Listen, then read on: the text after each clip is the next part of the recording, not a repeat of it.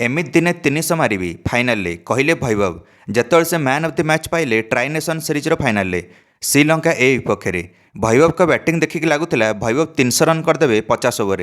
भैभव सूर्यवंशी खेलुले tri nation series final जोटी Bharat A और श्रीलंका ए मुहांमुही होते। मात्र 29 बॉल 94 रन ध्वांतार इनिंग्स खेलिले भैभव ओपनिंग रे आसिकी जो 10टा चौका 8टा छक्का सामिल थिला। भैभव सूर्यवंशी केवल 4 छक्कार 88 रन करदे। भैभव गोटे रेकर्ड भांगिदेले फाइनाल मुकाबला मात्र 11टा बॉल फास्टेस्ट अर्धशतक करदे भैभव एक क्लास क्रिकेट रे। भारत ए प्रथम बैटिंग करथिला आ 5 ओवर पर लागिला एणकी भारत 910 रन करदेव निर्धारित 50 ओवर। श्रीलंका बॉलर माथुलान को भैभव गोटे ओवर 26 रन मारदेले। प्रथम 16 बॉल पर्यंत भैभव मात्र गोटे ही डॉट बॉल खेलते बाकी सब 4 छक्का थिला। भैभव बहुत जोर रे प्रहार करथिले बॉल को इनिंग्स आरंभरू। श्रीलंकार ए टीम निजर कर्मर फल पाईगले कारण फाइनाल पूर्व गोटे मैच रे भारत ए एणिक सुपर ओवर हारी जाइथिला श्रीलंका ए विपक्ष में। आ भैभव को बहुत गाड़ी गलोच करते श्रीलंका खेलाड़ी। गोटे खेलाड़ी भिसेन ये कही सुपर ओवर श्रीलंका जीतीगला एवं घर को जा भैभव।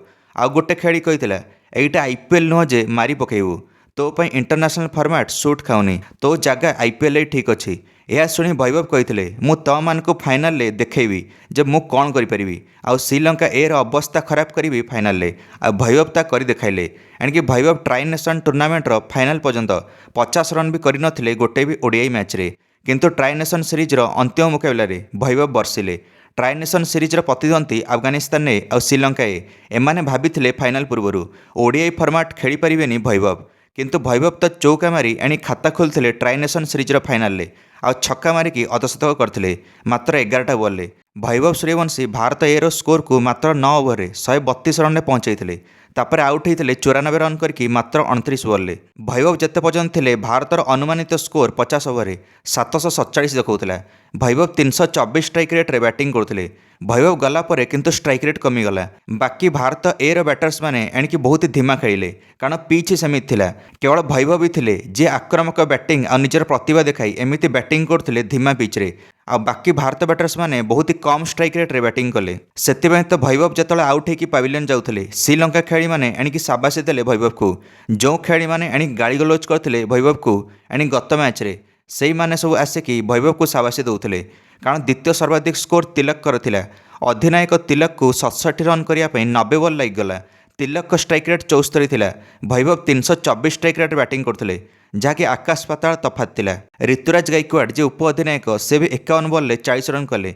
केवल भैभव भी आरंभर ध्वंतार स्टार्ट देले जिते बॉल स्विंग और धीमा रोला एणिकी भैभव भली को भी टॉप ऑर्डर बैटर आक्रामक नथिले। ना ही तांको सहित ओपनिंग करथिबा प्रियांश आर्या ना ही उप अधिनायक ऋतुराज गायकवाड़ ना ही अधिनायक तिलक वर्मा। तो भारत निर्धारित 50 ओवर 377 रन करिला 9 विकेट हराई। भैभव को प्रभावशाली इनिंग्स भारत ए जीति पारिला नहल तो श्रीलंका ए वाला भी 311 रन कर देथिले चेस कला बेले। एणिकी भैभव को 94 रन एणिकी बड़ अंतर सृष्टि करथिला श्रीलंका ए रो पराजय रे कहिथिले अधिनायक तिलक मैच जितिला परे। यारि सहित भारत टूर्नामेंट भी जितिला और ट्रॉफी भी उठाइला श्रीलंका माटी रे। भैभव तो मैन ऑफ द मैच पाइले आ मैन ऑफ द मैच पाइला परे भैभव कहले मु 50 ओवर हो कि 20 ओवर हो कि टेस्ट मैच क्रिकेट हो सबुथरे एई भली खेलिबी सबुथरे भारत को आक्रामक अंदाज रे एणिकी स्टार्ट देबी कहले भैभव सूर्यवंशी। भैभव सूर्यवंशी देखैदेले जदि मुकाबिला बड़ थिबो फाइनाल हो कि play off Vaibhav Suryavanshi bat बर्षिवाटे निहाती एणिकी अंडर 19 विश्वकप सेमिफाइनाल 33 बॉल 68 करते। अंडर 19 विश्वकप final 80 ball 175। IPL eliminator 2026 29 ball 97। IPL qualifier एणिकी 47 बॉल 96 आ tri nation series final 29 ball 94 Sri Lanka माटी एमती बार बार बड़ मुकाबला भैभव निजक सब्यस्त कर आसुच्चंती। भैभव कहते एबे सीधा देखाहब आयरलैंड सीरीज रे T20 रे जोटी भारत में डेब्यू करने जाउछंती भैभव सूर्यवंशी। प्रथम T20 खेल जून 26 तारिख में आयरलैंड माटी रे। आपण मैंने जदि भैभव सूर्यवंशी बड़ समर्थक थे निश्चय मंतव्य कमेंट दे वीडियो को लाइक और चैनल को सब्सक्राइब करदे। समस्त क्रिकेट अपडेट्स धन्यवाद।